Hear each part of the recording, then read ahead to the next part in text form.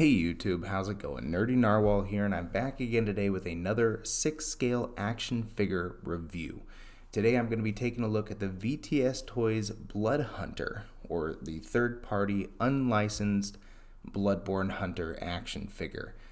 Now you might notice that I'm not in my usual place of reviewing right now. I'm actually at work, but I brought this figure along to maybe take some photographs of during my lunch breaks. I sort of have this industrial part of my city near where I work, and I thought it might be fun if on my lunch I go over there and find some cool spots to take some photographs. That's just how I like to interact with the hobby. So a lot of different people interact with the figure collecting hobby in different ways.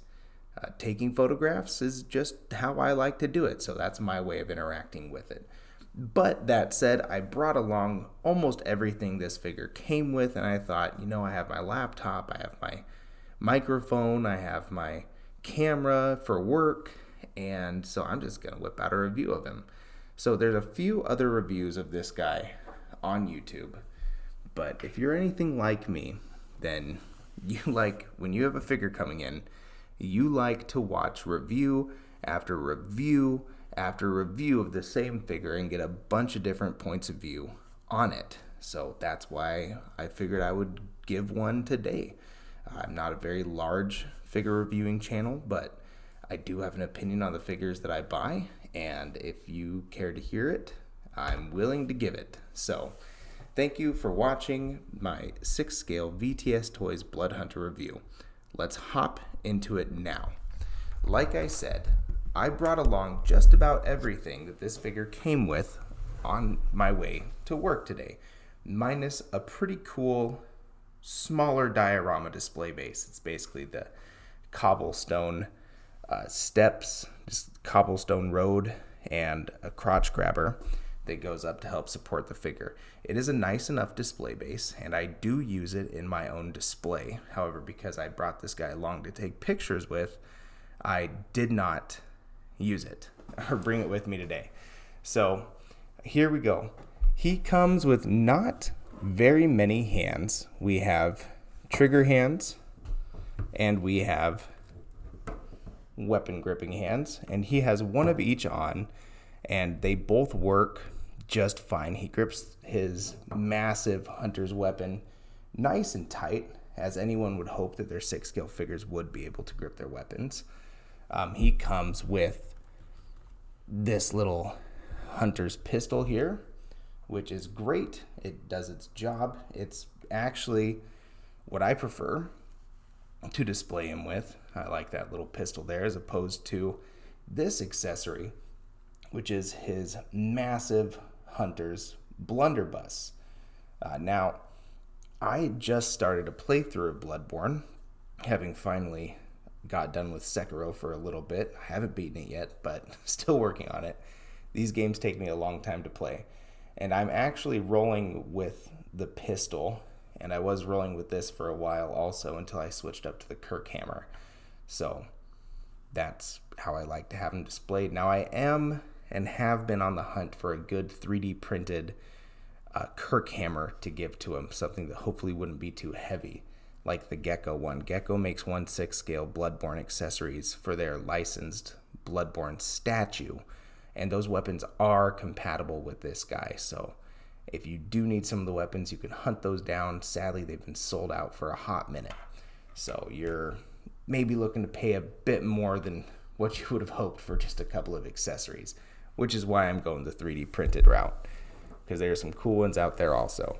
Now let's get into articulation real quick. I'm going to remove his accessories just so that we can more easily and freely articulate him without having to worry about how we're going to balance him. One last look at that pistol there. It's awesome. It has all these little details in it. Good sculpting, good paint apps to bring out the intricacies of that sculpt, and just tons of moving pieces.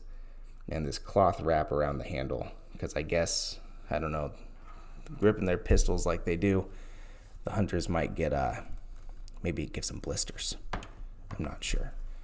All right, so articulation. The first piece of articulation that we're going to talk about is not actually with the figure itself, but with the accessory. So this is his, what do they call him? Hunter saw or something like that. It's one of their foldy outy trick weapons, and it does foldy outy, which is absolutely great. So you get them like this. You can get it like this, depending on what type of monster your hunter is facing and what your strategy was in the game. You can have it displayed either way.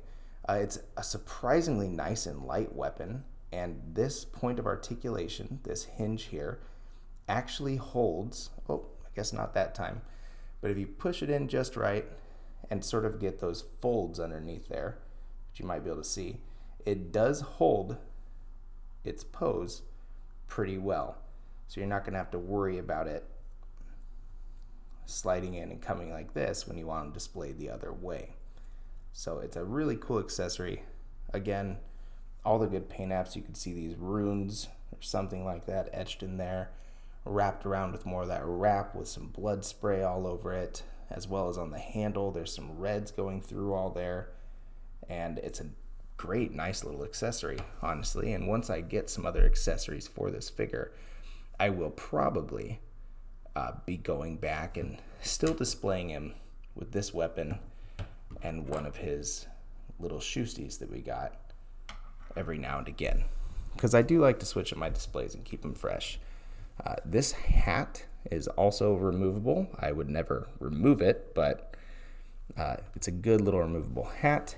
He has this little face mask, this little gator to cover up his face, and the sculpt that they used, a lot of people have said that it's quite reminiscent of the actor who plays Loki in the MCU, and I'm totally spacing on his name right now, but he's a great actor, and I do see his likeness a little bit in this sculpt.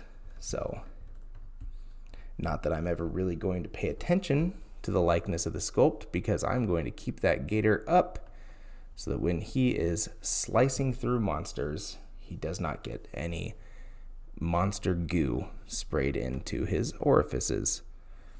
All right, so he also, taking a look at the outfit still, has this really cool little shoulder cloak thing, which I like. There's a wire in there so you can get some kind of dynamic pose if he's just standing there, maybe letting it blow in the wind.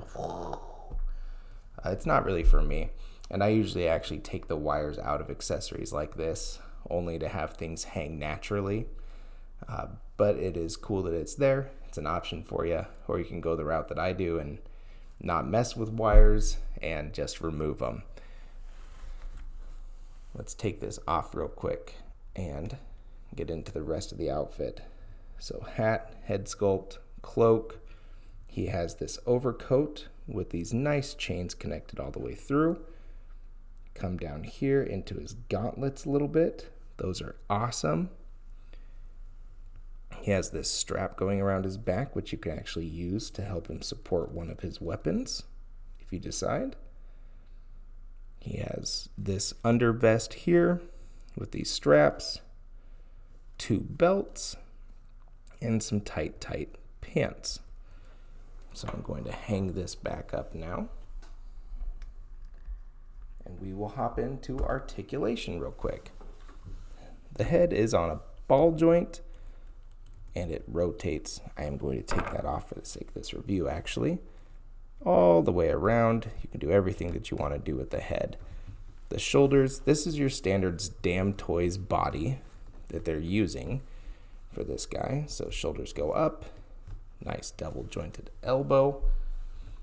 Really good there. Double jointed elbow. They go back. They go out. So he can T-pose to establish dominance on all of the monsters that he's hunting down. You have a good enough amount of range in the waist, going back there, crunching forward there. There's a joint underneath his diaphragm, and there's a joint at the waist itself. And really, you don't get a whole lot, but you get enough. I'm never really going to use it all crumpled up like that. So The legs come out to here, about 90 degrees, maybe just under. They do not really go back at all.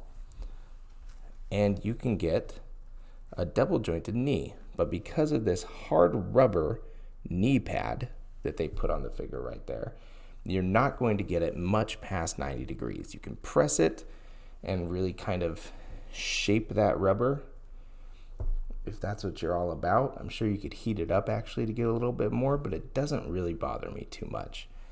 And then coming down here to his ankles, he has a solid one-piece boot, which does have lots of super nice details in it. However, you're not going to get any ankle motion. You are stuck with just being able to swivel it pretty much, which is kind of a bummer because ankles are essential to a good dynamic display sometimes. Now, when you have his display base out, you can absolutely make up for the use of one of those ankles with it, and that's okay. You can get him a little more dynamic. All you really need is one foot planted firmly on the ground, and it's not too big of a deal if his rear foot is up on a toe like that, because they are curved a little tiny bit. You can get it so that maybe he's launching off the ball of his foot to spring forward into action. But I'll tell you what I like to do as well, because this is such a big weapon, and I'm sure that over time the heft of this hunter's sword will be weighing down the joints and causing the joints to get all loose. I actually like to use this hunter's weapon as a third point of balance. So let's get him like this, pose that up, try to find that point of balance on that leg, and voila. Let me scoot my camera back a smidge and take it off, and look at that. So he has full point of balance on that foot there, up on the toes of that one, and then it comes down to this little point here, and he's not going to fall over. And it looks sort of like he just whoosh, especially if I play around with this cloak thing a little bit more. It's going to look like he just got done swinging that weapon straight down and cutting a monster in two. So it works pretty well, especially for dynamic poses, to use one of his weapons as another point of balance to get this figure on. And that's sort of what I like to do. So let's pop him right back up. And especially when you're taking photographs, if you use After Effects or Photoshop or anything like that, you might be able to get some spray coming up or some other lines to indicate motion. And if you're doing that, then you really have no problem justifying that third point of balance, because you can really get it to look like it happened naturally throughout the course of motion in a nice dynamic display, if that's what you're going for. This guy looks pretty good in a static display also. All right, get him going up like that. Just casual. He has his hunter's sword to the side there. He's about to fire his blunderbuss to get, or not his blunderbuss, but his pistol, to get a visceral attack. Nothing too extreme. There. Move him back a bit. Right like that. Another pretty good little pose. And it didn't take too long to do. So you can imagine that if you really took time to futz around with this guy and get him all set up for your perfect ideal display, you have a lot of good posing and articulation options with what is provided. Now, one last time here, I'm going to take the camera off, come in here, and get one last good look at the VTS Toys Bloodborne Hunter figure. Overall, I think these guys really nailed a lot of the little details that I would like to see out of a figure from this game. Now I do also collect 12 scale stuff. Figmas are generally a bit too small for me though. But I do think that if you can find that Figma Bloodhunter, that would go really cool with some old McFarlane monster stuff, and that'd make for some cool pictures. So I might snag it just besides. But I saw this guy available at pretty close to SRP and thought, nah, this is worth it. It'll look awesome in a Soulsborne display with my VTS Toys Sekiro. So I'm gonna have to snag it. Really cool figure, and I'm glad I did.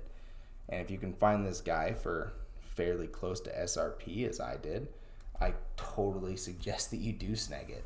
It's not a licensed figure.